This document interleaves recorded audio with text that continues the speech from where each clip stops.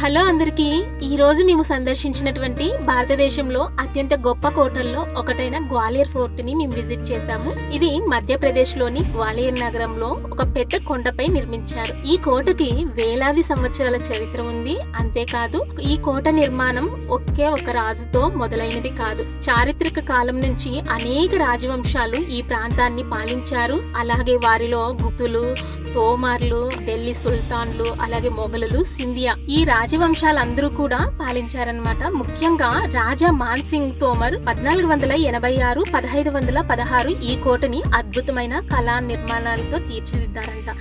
మరి ఈ మొఘల వంశాల గురించి మనము ఒక్కసారి ఈ వీడియోలో మీతో నేను షేర్ చేసుకోవాలనుకుంటున్నా. అలాగే మా ఎక్స్పీరియన్స్ కూడా మీతో పంచుకోవాలని ఇష్టపడుతున్నాం. మరి మేము ఏమేమి చూసామో ఏంటి అనేవి మీకు ఈ వీడియోలో షేర్ చేస్తారండి. ఎలా వెళ్ళాము ఏంటి అనేది. Welcome back to our channel Suji life vlogs అండి. ఎవరైనా కొత్తగా వచ్చిన వాళ్ళు ఉంటే తప్పకుండా మీకు ఈ వీడియో అంతా చూసిన తర్వాత యూజ్ అయితే సబ్స్క్రైబ్ చేసుకోండి.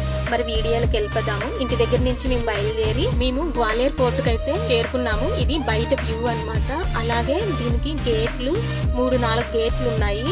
ఇది వచ్చేసి ఆలంగీర్ గేటు అని పిలుస్తారంట, అంటే ఔరంగజేబ్ గేటు అని పిలిచేవాళ్ళంట. దీని లోపల నుంచి మనం వెళ్తే అక్కడ పక్కన కూడా పార్కింగ్ ఉందన్నమాట.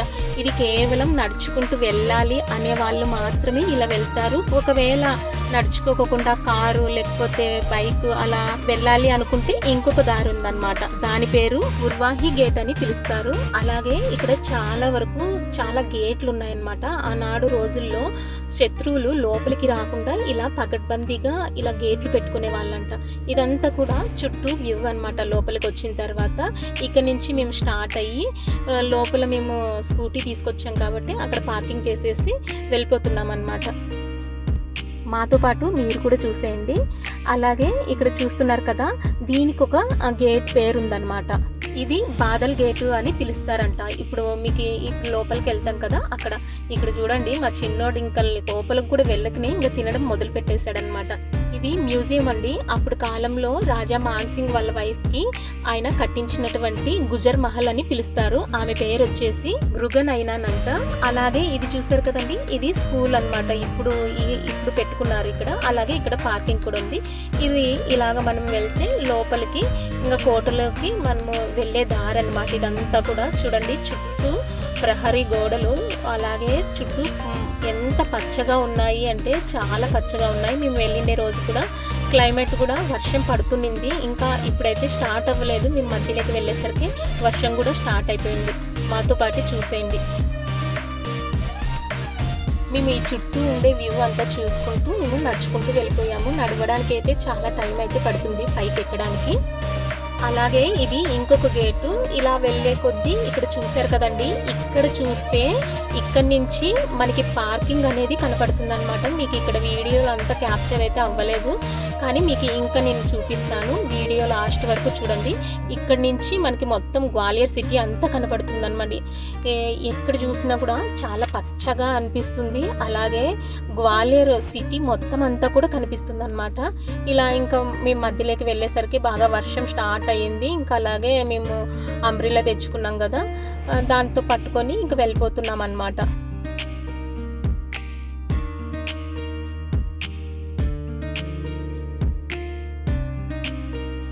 చూసారు కదండి, ఆనాడు ఎలా కట్టారు ఏంటి అనేది చాలా ఆశ్చర్యంగా అనిపిస్తుంది. ఈనాడు ఉన్నటువంటి టెక్నాలజీ వల్లే ఇలా కట్టలేరు, కానీ ఆ రోజుల్లో అసలు టెక్నాలజీస్ లేవు. అలాగే మరి మనుషులతో కట్టబడిండేటివి ఇవి ఎంత బాగా కట్టారు అంటే చాలా ఆశ్చర్యంగా అనిపించింది నాకైతే. ఇలా హిస్టరీ గురించి కొంచెం తెలుసుకోవడానికి చాలా ఇంట్రెస్టింగ్గా కూడా అనిపించింది అనమాట. ఈ కోటలో భారతదేశంలోనే ఇది 3వ స్థానంలో ఉండే పెద్ద కోట. ఇంకా 2 కోటలు అయితే నాకు తెలిసినంత వరకు రాజస్థాన్లో ఒకటి ఉంది, అలాగే మరి ఛత్తీస్గఢ్, మరి పేరైతే సరిగ్గా తెలీదు, అక్కడ కూడా ఒకటి ఉందన్నమాట. ఇది 3వ ప్లేస్లో ఉన్నటువంటి కోట. చాలా పెద్దగా ఉండింది. అలాగే చాలా ఎంతగా కట్టారు అంటే మొత్తం అంతా ఇక్కడ నుంచి చూస్తే గ్వాలియర్ సిటీ అంతా కూడా కనిపిస్తుంది అనమాట. చూసారు కదా ఎట్లాగా అనిపించింది అంటే చాలా బాగా అనిపించింది.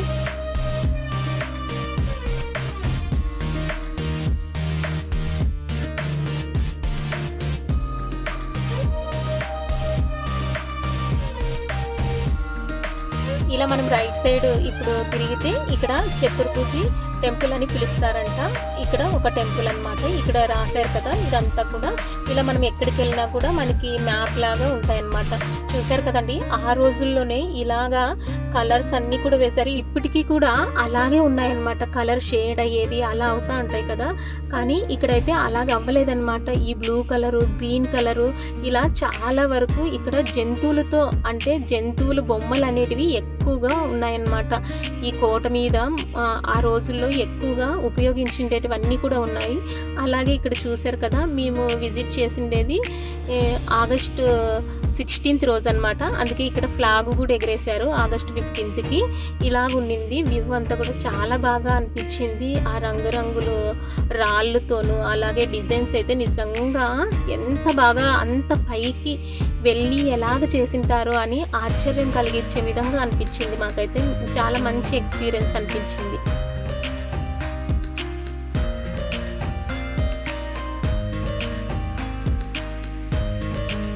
ఇదైతే మీకు ఇది కొంచెం లాంగ్ ప్రాసెస్ అనిపిస్తుంది, కానీ ఇది మా మెమరబుల్గా ఉండాలనే ఉద్దేశంతోనే నేను మొత్తం అన్నీ కూడా ఇందులో నేను షేర్ చేసుకుంటున్నాను. చూస్తున్నారు కదా, మీకు దగ్గర నుంచి చూపిస్తున్నాను. ఆ కలర్స్ అలాగే ఆ పిల్లర్స్ ఎలా కట్టారు ఏంటి అనేది నిజంగా ఒక్కొక్క దాని మీద ఒక్కొక్క డిజైన్ వేశారనమాట. జంతువులు అంటే ఎక్కువగా ఇక్కడ ఏనుగులు, అలాగే గుర్రాలు, మొసళ్ళు వాటితో చేశారనమాట. నిజంగా అవన్నీ కూడా శత్రువులు ఎట్లా ఎదుర్కోవాలి ఏంటి అనే వాటికి సూచనలుగా పెట్టారంట. ఇక్కడ చూసారు కదా, మొత్తం కలర్స్ అన్నీ కూడా అలాగే ఉన్నాయి. అక్కడ చూపిస్తున్నాను కదా, అక్కడి నుంచి మీకు కిందికి ఎలా ఉంటుందో వ్యూ అనేది కూడా మీకు చూపిస్తానులేండి. ముందుగా ఇక్కడ చూసారు కదండి, ఇక్కడ నుంచి చాలా గ్రీనరీగా ఉండింది. దీన్ని ఓల్డ్ గ్వాలియర్ అని పిలుస్తారంట. ఇక్కడ నుంచి అయితే చాలా బాగా అనిపించింది. అలాగే అక్కడ మనకి కనిపిస్తోంది కదా, అప్పుడు ఆ కాలంలో అక్కడి నుంచి నీళ్లు నిల్వ చేసుకునే వాళ్ళంట. అది ఒక కాలువ అంటారు కదా, ఆ కాలువలో అలాగ చేసుకునే వాళ్ళంట. మొత్తం ఇలా మనం చూస్తే ఇక్కడ ఈ కొండ చుట్టూ మొత్తం అంతా కూడా మనకి కనిపిస్తుంది అన్నమాట ఈ కోట. నాకు ఈ కోట గురించి అంత పెద్దగా అయితే తెలియదు, కానీ నాకు తెలిసినంత వరకు నేను తెలుసుకున్న విషయాల్ని నేను మీతో పంచుకోవాలని ఇక్కడ ఈ వీడియో పోస్ట్ చేశాను అనమాట. అలాగే దీన్ని హాతీ గేట్ అంటారంట, అంటే గణేష్ గేటు, అలాగే ఎలిఫెంట్ గేటు అని ఇలా పిలుస్తారంట. ఈ గేట్లన్నీ కూడా చూసారు కదా, ఇప్పటికీ మేము ఇక్కడికి వెళ్ళిన తర్వాత చాలా వర్షం అయింది. ఇంకా అందుకని కొద్దిసేపు అక్కడ ఉండి వెళ్ళిపోతున్నాం అనమాట. ఇది మొత్తం లోపలికి వెళ్ళేదన్నమాట. రాజా మాన్సింగ్ మహల్కి వెళ్ళే దారి ఇది. అలాగే ఇలా వెళ్తే ఇక్కడ ఇది చూస్తున్నారు కదండి, ఇక్కడైతే ఇప్పుడు చాలా వరకు ఫోటో షూట్లు అలా సినిమాలు అలా తీయడానికి చాలా ఎక్కువగా చేశారనమాట. కానీ ఆ రోజుల్లో రాజా మాన్సింగ్ వాళ్ళకి ఏదైనా ప్రాబ్లమ్స్ ఏమైనా వస్తాయి కదా, అలా వచ్చినప్పుడు సైన్యం కావచ్చు, వాళ్ళ ఫ్యామిలీ ఇష్యూస్ కావచ్చు, అలా వచ్చినప్పుడు దర్బార్ జరుగుతుందంట. అంటే ఈ కాలంలో ఏమని పిలుస్తారో నాకు అంత చెప్పడానికి ఐడియా రావట్లేదు. అది అన్నమాట, అక్కడ దర్బార్ జరిగేదంట. అలాగా అక్కడ మొత్తం అంతా కూడా ఉండేది. అలాగే ఇక్కడి నుంచి కూడా వాళ్ళు శత్రువులు ఎవరన్నా వచ్చారా లేదా అనేది చూసేవాళ్ళంట. చాలా వరకు రాజులు పరిపాలించినప్పటికీ మెయిన్ ఇక్కడ రాజా మాన్సింగ్ అనే వ్యక్తేనమాట. ఆ రాజు పాలించాడంట. ఆ రాజు చాలా వరకు ఈ కోటలో మోడిఫై చేశాడంట. అంటే ఆ కాలంలో ఉన్న వాటిని అన్నిటిని మార్చి మళ్ళీ కొత్తగా అన్ని మార్పులు చేశాడంట. ఆయన మొఘల్ చక్రవర్తుల్లో మొదటి వ్యక్తి అంట. అలాగే ఇప్పుడు మీకు ఇది చూపిస్తున్నాను కదండి, దీన్ని శివమందిర్ అని పిలుస్తారంట. అలాగే దీనికి ఒక ప్రత్యేకత ఉందన్నమాట. ఆగ్రాలోను అలాగే ఢిల్లీలో ఉన్నటువంటి రాజుల్ని ఇక్కడ బంధించి ఇక్కడ కట్టేసే వాళ్ళంట. కట్టేసి బాగా వాళ్ళని కొట్టి చంపేసేవారంట. అంతేకాదండి, ఈ పిల్లర్స్ మొత్తం అన్నీ కూడా 82 పిల్లర్స్ ఉన్నాయి. అలాగే వీటికి నెంబర్స్ కూడా ఉన్నాయన్నమాట. ఆ రోజుల్లో వాళ్ళు శివమందిర్గా దీన్ని పిలిచేవాళ్ళంట.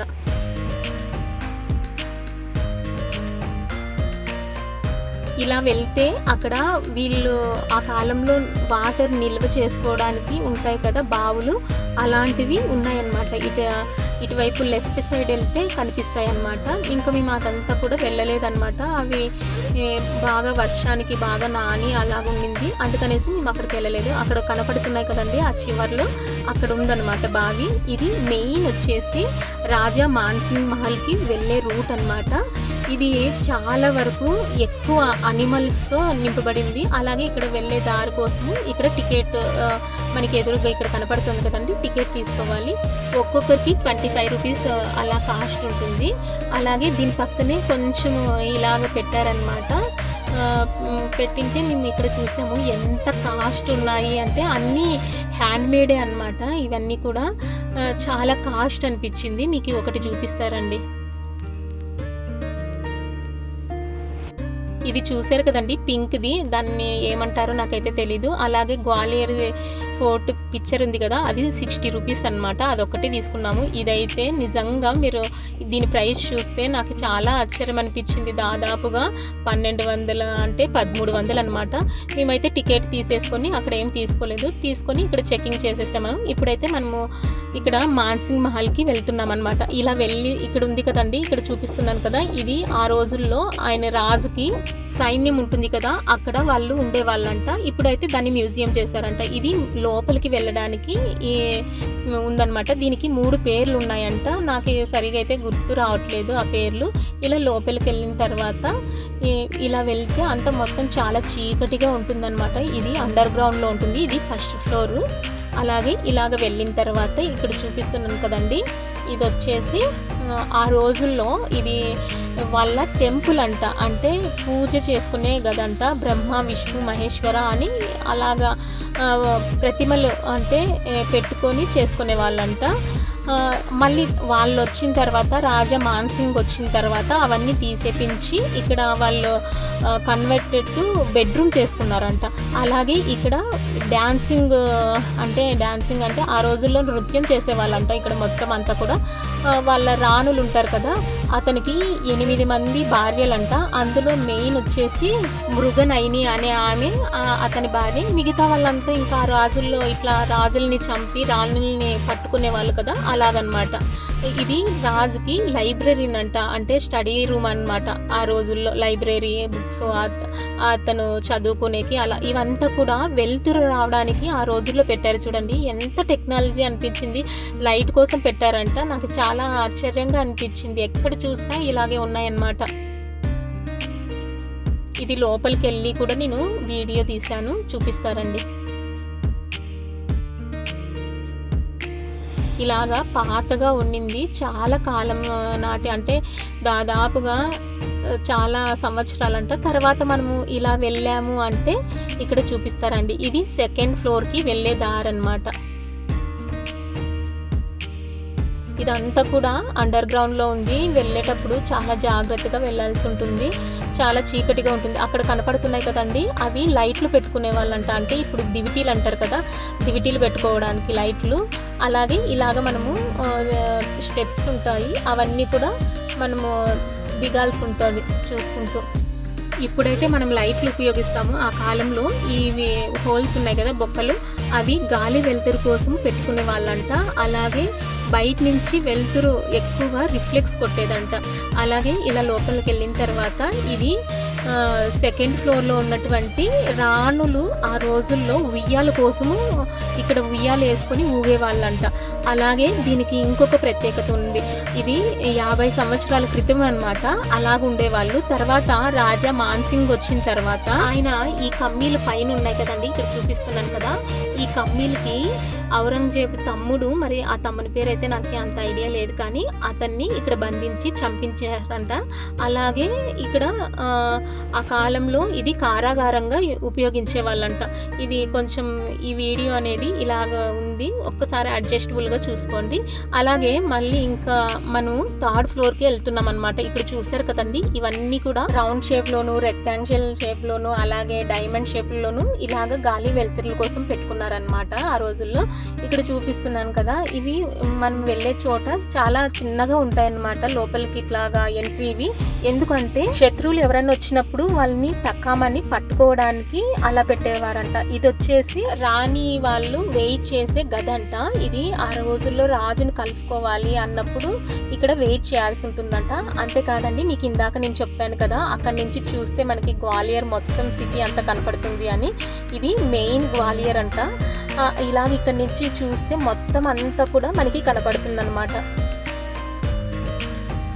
ఇందాక మీకు చూపించాను కదా, అక్కడ చిన్నగా కనిపించింది అని, అదే ఇది అనమాట.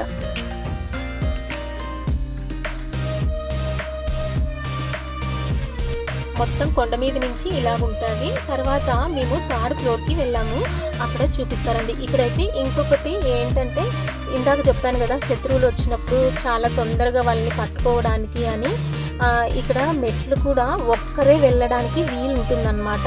అంటే చాలామంది వెళ్ళడానికి కూడా అవ్వదు. ఇక్కడ ఓన్లీ 1% వన్ టైం. ఇందాక మీకు రౌండ్ షేప్లో ఉన్నవి చూపించాను, ఇక్కడ మీకు డైమండ్ షేప్లో ఉండేటివి కూడా చూడండి. మరి ఇక్కడ రెక్టాంగిల్, స్క్వయర్, అలాగే డైమండ్ షేప్లో కూడా ఉన్నాయన్నమాట. ఇది 3rd ఫ్లోర్కి వెళ్ళేది అనమాట దారి. ఇక్కడ మీకు ఇంకొకటి చూపిస్తానండి, దీన్ని కేసరగండ్ అని పిలుస్తారంట. అలాగే ఏంటంటే రాణులు ఇక్కడ స్నానాలు చేసేవాళ్ళంట. దీనికి ఉన్న ప్రత్యేకత ఏంటి అంటే, ఆ రోజుల్లో రాణులకి ఇది ప్రత్యేకమైనటువంటి స్నానం చేసే గదిగా ఉపయోగించే వాళ్ళంట. అలాగే మనము ఇప్పుడైతే ఫోన్స్ వచ్చి అన్నీ మాట్లాడుతున్నాము, కానీ ఆ రోజుల్లో ఎలాగ మాట్లాడేవాళ్ళు అనేది కూడా మీకు ఇక్కడ చూపిస్తారండి. చాలా నాకు కొంచెం ఆశ్చర్యంగా అనిపించింది. స్నానం చేసిన తర్వాత ఇలాగ నీళ్ళన్నీ కూడా ఇలా అండర్ గ్రౌండ్లోకి వెళ్ళిపోయేటవంట. ఇక్కడ చూసారు కదండి, ఇది టెలిఫోన్ బూత్ అని పిలిచేవాళ్ళంట. ఒక వైపు వచ్చేసి మాట్లాడడానికి, ఇంకొక వైపు వచ్చేసి వినడానికి. ఇక్కడ మాట్లాడితే పైనకి వినిపిస్తుందంట, పైన నుంచి మాట్లాడితే ఇక్కడికి వినిపిస్తుందంట. ఆ కాలంలో ఎంత టెక్నాలజీ ఉంది అని చాలా ఆశ్చర్యంగా అనిపించింది. అలాగే ఎక్కడ చూసినా కూడా లైట్లు పెట్టుకోవడానికి ఇలా మొత్తం అన్నీ కూడా ఉన్నాయి చూడండి. మేమైతే దారి కన్ఫ్యూజ్ అయ్యి ఎలా పడితే అలా వెళ్ళిపోయామన్నమాట. ఇక్కడ చూసారా, మళ్ళీ ఇక్కడ ఒక పెద్ద రౌండ్ షేప్లో ఉన్న హోల్ కనిపిస్తుంది, స్క్వయర్ షేప్లో. ఇవన్నీ కూడా గాలి వెలుతుర్ల కోసము, అలాగే లైట్ల కోసం పెట్టేవాళ్ళంట. అలాగే ఇప్పుడు మీకు ఇంకొకటి చూపిస్తారండి. ఇలా వెళ్తే ఇప్పుడు వచ్చేది ఏంటి అంటే, రాజు యొక్క మెయిన్ బెడ్రూమ్ అంటే ఇది. దీన్ని మెయిన్ బెడ్రూమ్గా పిలిచేవాళ్ళంట. అంటే ఇది నేను మీకు అంత ఎక్కువగా చూపించట్లేదు, కానీ ఇది రాజు మెయిన్ బెడ్రూము. అలాగే ఇక్కడ డ్రెస్సింగ్ రూమ్ కూడా ఉంది, అలాగే సింగింగ్ రూము, అలాగే డాన్సింగ్ రూము. ఇలా చాలా ఎన్ని ఉన్నాయి అంటే అన్నీ సపరేట్గా ఉన్నాయి. ఈ కాలంలో కాదండి లగ్జరీ లైఫ్, ఆ కాలంలోనే ఉంది అని నాకు దీన్ని చూసిన తర్వాత చాలా అర్థమైంది. ఇది మొత్తము రాజా మాన్సింగ్ యొక్క మహల్ అన్నమాట. ఇదంతా కూడా చాలా వరకు మీకు చూపించేశాను. ఇక్కడితో నేను ఎండ్ చేస్తున్నాను అనమాట. ఎందుకంటే నెక్స్ట్ పార్ట్ మీకు అప్లోడ్ చేస్తాను. ఇక్కడికే చాలా లెంతీ అయింది. నచ్చినట్లయితే తప్పకుండా సబ్స్క్రైబ్ చేయడం మర్చిపోకండి.